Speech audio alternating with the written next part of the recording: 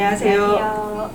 보라매병원 내분비 대사내과 교수 고보경입니다. 오늘은 최희정 영사님 모시고 당뇨병 환자에서 많이들 궁금해하시는 영양요법에 대해서 중요한 질문들을 찝어서 여쭤보려고 합니다. 병원에서 환자분들 많이 만나뵙게 되면은 사실 식사요법에 대해서 굉장히 많이들 궁금해하시는 분들이 있거든요. 밀가루는 먹어도 되나요? 과일이나 그런 고기는 과연 먹어도 될까요? 이런 식으로 한 가지 특정 식품에 대해서 섭취하지 않으려고 하신다거나 혹은 당뇨병에 좋은 식품만을 드시려고 하는 경향이 좀 있으세요.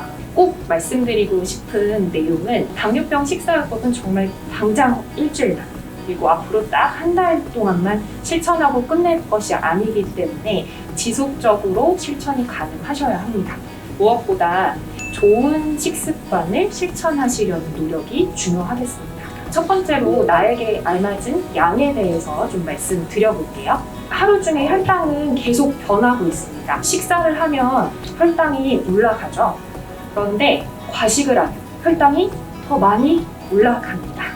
내가 평소에 한 끼에 몰아서 과식을 하는 습관이 있으시다면 먼저 이에 대한 변화가 꼭 필요하겠습니다. 170cm 정도의 남자분이시고 보통 정도의 활동을 하신다라고 한다면 한 끼 기준으로 몇 끼 밥 한 공기 정도의 양이 적당하시고요. 키가 155에서 160cm 정도의 여자분이시라면 몇 끼마다 밥 3분의 2공기 정도의 양이 적당하십니다. 그런데 이게 집집마다 또 밥 공기가 다 다르잖아요. 우리 마트 가서 구입하실 수 있는 그 즉석밥 보통 사이즈 한 공기를 기준으로 생각하시면 좋을 것 같아요. 근데 환자분들이 많이 질문하시는 게 잡곡밥을 먹으면 당이 안 오른다고 생각하시는 분들이 굉장히 많고요. 잡곡밥을 먹으면 조금 더 많이 먹을 수 있는지 많이 궁금해하세요. 사실 진단받고 나시면 제일 먼저 바꾸시는 부분이 그 부분이거든요. 흰밥에서 잡곡밥으로 바꾸시는 거는 되게 좋죠. 바람직하신 변화인데 잡곡밥도 밥입니다. 그래서 잡곡밥이라고 해서 더 많은 양을 권장을 드리는 것은 아닙니다. 흰밥이랑 비교해서 물론 잡곡밥이 섬유질 함량이 많기 때문에 흰밥보다는 잡곡밥을 같은 양이었을 때는 더 권장될 수 있는 방법이긴 하겠습니다. 우리가 아무래도 밥심으로 살잖아요. 그럼 밥량을 조정하는 게 굉장히 중요할 것 같긴 한데 사실은 밥 말고도 또 혈당을 올리는 음식이 많이 있을 것 같아요. 사실 모든 식품이 똑같이 혈당을 올리는 거는 아니고요. 탄수화물, 즉 우리가 당질이라고 부르는 영양소를 포함하고 있는 식품은 식사를 하시고 나면 즉각적으로 혈당에 영향을 주게 됩니다. 첫 번째로는 공유식품이 있습니다. 밥을 포함해서 감자나 고구마, 옥수수, 밤 이런 식품들이 포함이 되고요. 그리고 우리가 쌀로 만든 떡, 누룽지, 숭늉, 혹은 뻥튀기 이런 것들도 다 포함이 됩니다. 과일들도 포함이 되고요. 사탕, 젤리, 초콜릿, 잼, 시럽, 달짝지근하고 따뜻한 유자차, 생강차 이런 차 종류들도 탄수화물을 포함하고 있는 식품이라고 할 수 있겠습니다.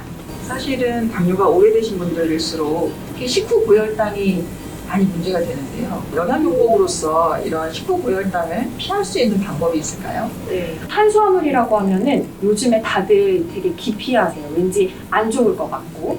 하지만 탄수화물이 식후 혈당에 영향을 주는 것은 맞지만 무조건 양을 적게 먹을수록 좋다. 혹은 안 먹을수록 좋다는 아니거든요. 탄수화물은 우리가 몸을 일하게 하는데 되게 중요한 에너지원이 됩니다. 공유식품이나 과일은 나한테 적정한 양으로 조절해서 드시는 것이 필요하겠고 우리가 단순당질이라고 부르는 다른 영양소는 거의 가지고 있지 않고 혈당을 급격하게 상승시킬 수 있는 사탕, 꿀, 되게 달달한 탄산음료라든지 이러한 식품들은 최대한 섭취를 좀 줄이시는 게 바람직하겠습니다. 과일은 어떻게 먹어야 되나요? 네, 과일이 사실 굉장히 좋아하시는 분들은 좀 힘들어 하시기도 하거든요. 사과나 감이나 바나나를 예를 들었을 때 한 번에 3분의 1개에서 반개 정도의 양이 적당하다고 생각하시면 좋을 것 같습니다. 과일을 좀 말려 드시거나 아니면 이제 주스 형태로 만들어서 드시거나 하면 양 조절이 어려우세요. 그래서 가능한 한 생과일의 형태로 드시는 것이 권장될 수 있겠습니다. 이것을 얼만큼 먹느냐? 가 중요한 내용이 될 수 있을 것 같아요. 규칙적으로 드시는 것도 굉장히 중요한 내용이거든요. 첫 번째 분은 우리가 목표로 하는 혈당 범위 안에서 혈당이 오르락 내리락 예쁘게 그려지는 반면, 두 번째 분은 아침 식사는 별로 배가 안 고파서 이제 건너뛰셨고, 점심 때쯤 되니까 배가 고파서 한 번에 좀 몰아서 식사를 하신 겁니다. 그러면 저혈당과 고혈당을 반복해서 경험하실 수 있는 확률이 높아지거든요. 혈당을 조절하실 때 규칙적으로 식사하고, 나아가서는 규칙적으로 생활하시는 게 굉장히 중요한 부분이 되겠습니다. 골고루 먹기에서 당뇨식을 한 접시로 표현을 했을 때 반절 정도를 충분한 채소찬으로 챙겨주시고, 나머지 반의 반 정도를 나에게 알맞은 밥량, 그리고 나머지 4분의 1에 해당되는 양을 고기, 계란, 생선, 두부, 이런 단백질 반찬으로 한상 차림을 잘 해주시면 굉장히 균형적으로 골고루 한상 차림에서 드실 수 있는 당뇨식으로 이제 권장을 드릴 수가 있습니다. 환자분들 만나뵙다 보면은 밥이랑 김치 종류로만 뭐 한두 가지 이렇게 식사를 끝내시거든요. 그러다 보면 나에게 필요한 영양소를 골고루 다 섭취하시기도 어렵고, 혈당이 굉장히 좀 급격하게 증가를 할 수도 있고요. 포만감 있는 식사도 되기가 좀 어렵습니다. 그래서 최대한 골고루 식사를 해보시는 것도 놓치지 않기 바랍니다. 나에게 알맞은 양을 규칙적으로 골고루 드시는 당뇨병 식사요법을 잘 실천해보시고 평생 동안 좋은 식습관을 잘 유지를 한번 해보실 수 있도록 나의 식사를 돌아보는 좋은 시간이 되셨기를 바랍니다. 외래에서 진료를 볼 때 굉장히 짧은 시간이기 때문에 따로 시간을 내서 이런 영양교육을 받기가 어려웠었거든요. 영양사님 덕분에 궁금한 것들을 잘 해결하실 수 있었을 것 같습니다. 감사합니다. 감사합니다.